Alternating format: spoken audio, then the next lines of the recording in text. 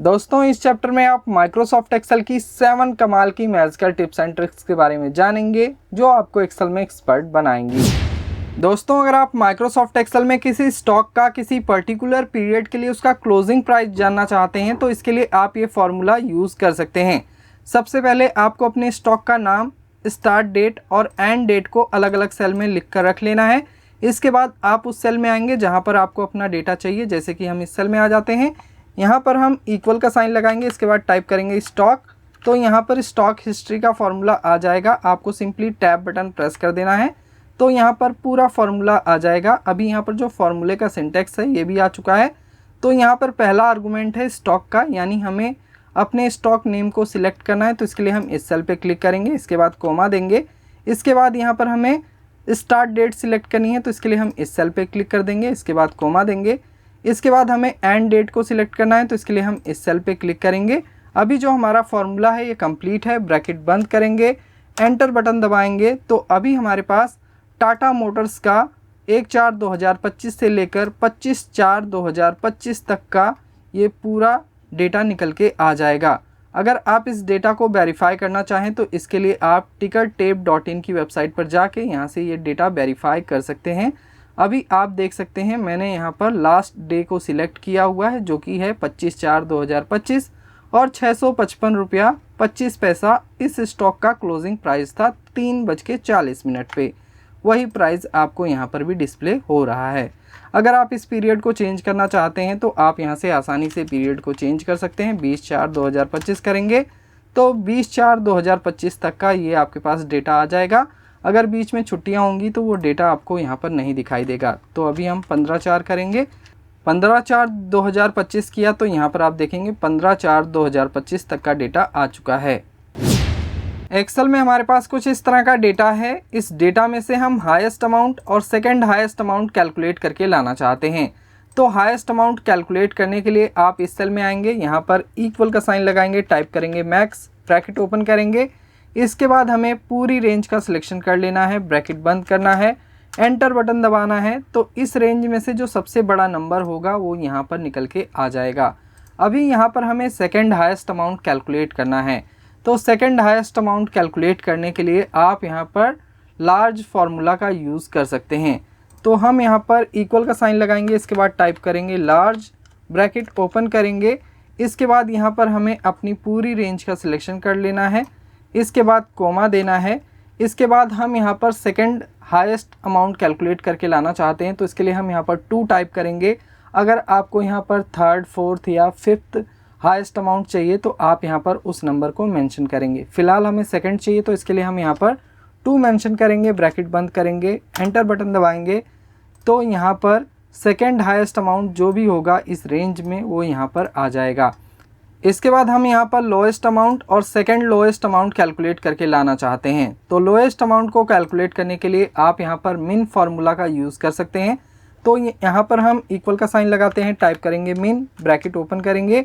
इसके बाद इस पूरी रेंज का सिलेक्शन करेंगे, ब्रैकेट बंद कर देंगे, एंटर बटन दबाएंगे तो यहाँ पर जो भी सबसे छोटा नंबर होगा वो यहाँ पर आ जाएगा। अभी यहाँ पर हमें सेकंड लोएस्ट अमाउंट चाहिए तो यहाँ पर सेकंड हाईएस्ट अमाउंट कैलकुलेट करने के लिए हमने कौन सा फार्मूला यूज़ किया था, लार्ज। तो यहाँ पर सेकंड लोएस्ट अमाउंट को कैलकुलेट करने के लिए आप यहाँ पर स्मॉल फार्मूला का यूज़ करेंगे।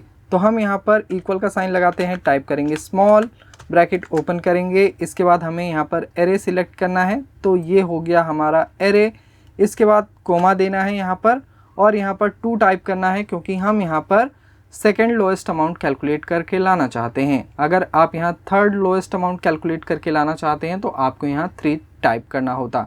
फ़िलहाल यहाँ पर हमने 2 टाइप किया, ब्रैकेट बंद करेंगे, एंटर बटन दबाएंगे तो सेकंड लोएस्ट अमाउंट जो भी होगा वो यहाँ पर निकल के आ जाएगा। एक्सेल में हमने यहाँ 2 सेल में 2 टेक्स्ट लिखे हैं। इन दोनों टेक्स्ट को कंबाइन करके मैं कुछ इस तरीके से लिखना चाहता हूँ। ध्यान रखना माई लाइफ सपोर्ट के बाद यहाँ पर हमने लाइन ब्रेक की है, उसके बाद हमने ऑफिस ब्लॉग लिखा हुआ है। तो इस काम को करने के लिए आप यहाँ पर ये छोटी सी ट्रिक फॉलो कर सकते हैं। सबसे पहले यहाँ पर जो टेक्स्ट लिखा हुआ है इसे मैं रिमूव करता हूँ। इसके बाद हम उस सेल में आएंगे जहाँ पर हम अपना टेक्स्ट कंबाइन करके लाना चाहते हैं। जैसे कि हम इस सेल में आ गए, यहाँ पर हम == का साइन लगाएंगे। इसके बाद हम अपने पहले टेक्स्ट को सिलेक्ट करेंगे। इसके बाद हम यहाँ पर एंड का साइन लगाएंगे। एंड का साइन किसी टेक्स्ट, नंबर या सिंबल को जोड़ने का काम करता है। तो यहाँ पर हमने एंड का साइन लगाया। माई लाइफ सपोर्ट के बाद हम यहाँ लाइन ब्रेक करना चाहते हैं, लेकिन लाइन ब्रेक का कोई सिंबल नहीं होता। तो लाइन ब्रेक करने के लिए हम यहाँ पर कैर 10 टाइप करेंगे। तो यहाँ पर हमने कैर लिखा, अभी 10 हमें ब्रैकेट में लिखना है। तो यहाँ पर हमने ब्रैकेट ओपन किया, 10 टाइप किया, ब्रैकेट बंद करेंगे। अभी यहाँ पर हमें ऑफिस ब्लॉक को भी जोड़ना है इनके साथ, तो इसके लिए हम यहाँ एंड का साइन लगाएंगे। इसके बाद ऑफिस ब्लॉक पे क्लिक कर देंगे, एंटर बटन दबाएंगे। तो यहाँ पर माई लाइफ सपोर्ट और ऑफिस ब्लॉक दोनों टेक्स्ट कंबाइंड होके आ चुके हैं एक ही सेल में। अभी हमें इनके बीच में लाइन ब्रेक करना है, तो इसके लिए आप होम टैब में आएंगे और यहाँ रैप टेक्स्ट पे क्लिक करेंगे। तो यहाँ पर आप देखेंगे एक ही सेल में जो हमारे दोनों टेक्स्ट हैं वो लिख कर आ चुके हैं अलग अलग लाइन में।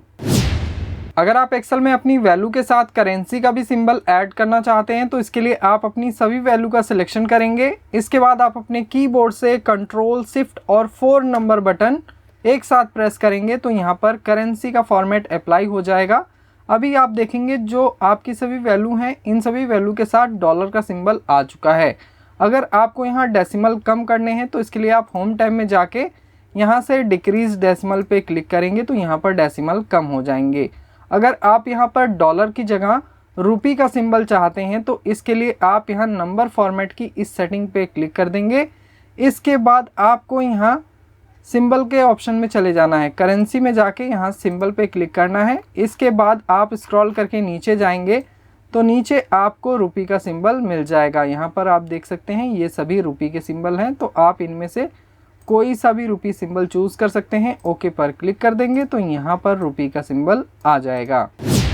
दोस्तों एक्सेल में हमारे पास कुछ इस तरह का डेटा है। इस डेटा में यहाँ पर हमने प्रोडक्ट नेम लिखे हैं। इसके बाद इन सभी प्रोडक्ट के कितनी बार ऑर्डर आए ये ऑर्डर की संख्या हमने यहाँ पर लिखी है। इन सभी ऑर्डर की संख्या के बेस पर हमने यहाँ पर ये मिनी चार्ट क्रिएट किया है। इंटरेस्टिंग बात ये है कि इन सभी मिनी चार्ट को क्रिएट करने के लिए हमने किसी भी तरह के एक्सेल चार्ट का यूज़ नहीं किया, बल्कि यहाँ पर एक्सेल की एक छोटी सी ट्रिक का यूज़ किया है जिसकी मदद से हम ये मिनी चार्ट क्रिएट कर पाए हैं। तो मिनी चार्ट क्रिएट करने से पहले यहाँ पर जो चार्ट हमने क्रिएट किया है इसे हम यहाँ से डिलीट करते हैं। इसके बाद हम इसे हेडिंग दे देते हैं मिनी चार्ट की।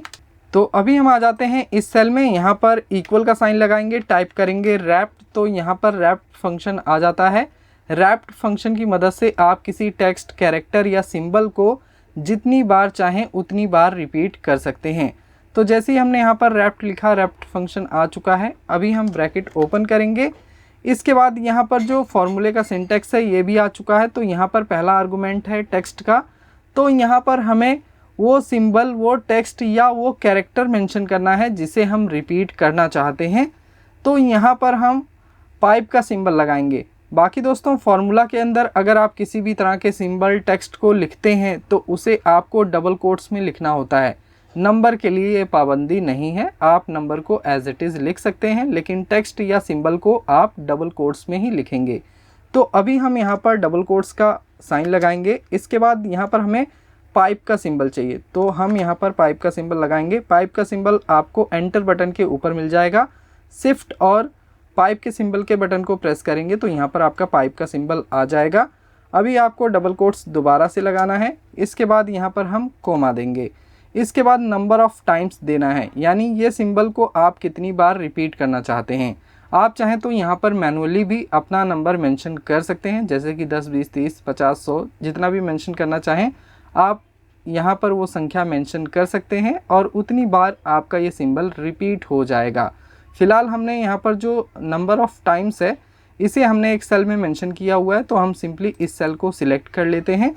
इसके बाद हम ब्रैकेट बंद करेंगे, एंटर बटन दबाएंगे तो अभी आप देखेंगे ये जो हमारा पाइप का सिंबल है ये 46 टाइम रिपीट होके आ चुका है। अभी इस सेल में जो हमने फार्मूला लगाया है इसे हमें बाकी सभी सेल में पेस्ट करना है, तो इसके लिए हम इस फार्मूला के कोने पर आएंगे, इस सेल के कोने पर आएंगे, यहाँ पर डबल क्लिक कर देंगे तो फार्मूला बाकी सभी सेल में पेस्ट हो जाएगा और यहाँ पर आप देख सकते हैं पाइप का सिंबल आ चुका है। अभी हमें इन सभी सिंबल को एक मिनी चार्ट में क्रिएट करना है, तो इसके लिए हम इन सभी सेल का सिलेक्शन करेंगे जिसमें भी हमने रैप्ड फंक्शन लगाया है। इसके बाद हम होम टैब में आएंगे और यहाँ फॉन्ट नेम के इस बॉक्स पे क्लिक करेंगे। इसके बाद आपको यहाँ पर टाइप करना है प्ले बिल। तो यहाँ पर प्ले बिल का एक फ़ॉन्ट आ जाता है, आप प्ले बिल टाइप करेंगे, यहाँ पर ये फ़ॉन्ट आ जाएगा। एंटर बटन दबाएंगे तो अभी आप देखेंगे जो हमारा मिनी चार्ट है वो क्रिएट होके आ चुका है। बाकी अगर आप इसका साइज़ बढ़ाना चाहते हैं तो आप साइज़ बढ़ा भी सकते हैं, घटाना चाहें तो यहाँ से घटा सकते हैं। बाकी इसका जो अलाइनमेंट है उसे आप मिडल में रखेंगे तो ये ज़्यादा देखने में अच्छा लगेगा। ओके दोस्तों, पिवट टेबल का यूज़ करके हमने यहाँ पर एक रिपोर्ट बनाई है। इस रिपोर्ट में ये मेंशन किया गया है कि 16 से लेकर 48 साल के लोगों ने यहाँ पर कितनी ख़रीदारी की है। अब यहाँ पर जो रिपोर्ट है ये थोड़ी सी लंबी चौड़ी है, तो इस रिपोर्ट को हम थोड़ा सा छोटा करना चाहते हैं। हम यहाँ पर 5 का एज ग्रुप बनाना चाहते हैं, जैसे कि 20 से 24 तक के पर्सन्स ने कितनी की ख़रीदारी की, 25 से लेकर 29 साल तक के लोगों ने कितनी ख़रीदारी की। तो इस तरह का हमें एज ग्रुप बनाना है। तो एज ग्रुप बनाने के लिए आप क्या करेंगे, आप किसी भी एज पर आएंगे, यहाँ माउस का राइट बटन प्रेस करेंगे। इसके बाद आपको यहाँ ग्रुप का ऑप्शन मिल जाता है, आप सिंपली इस पर क्लिक करेंगे।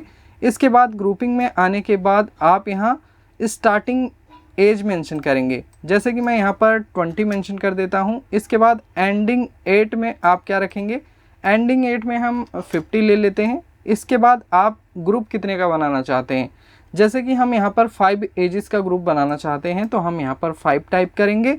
इसके बाद ओके पर क्लिक कर देंगे तो यहाँ पर आप देखेंगे जो हमारी रिपोर्ट है ये काफ़ी छोटी बन चुकी है और यहाँ पर हमारे जो ग्रुप हैं एजेस के उसी के अकॉर्डिंग यहाँ पर परचेजिंग दिखाई दे रही है।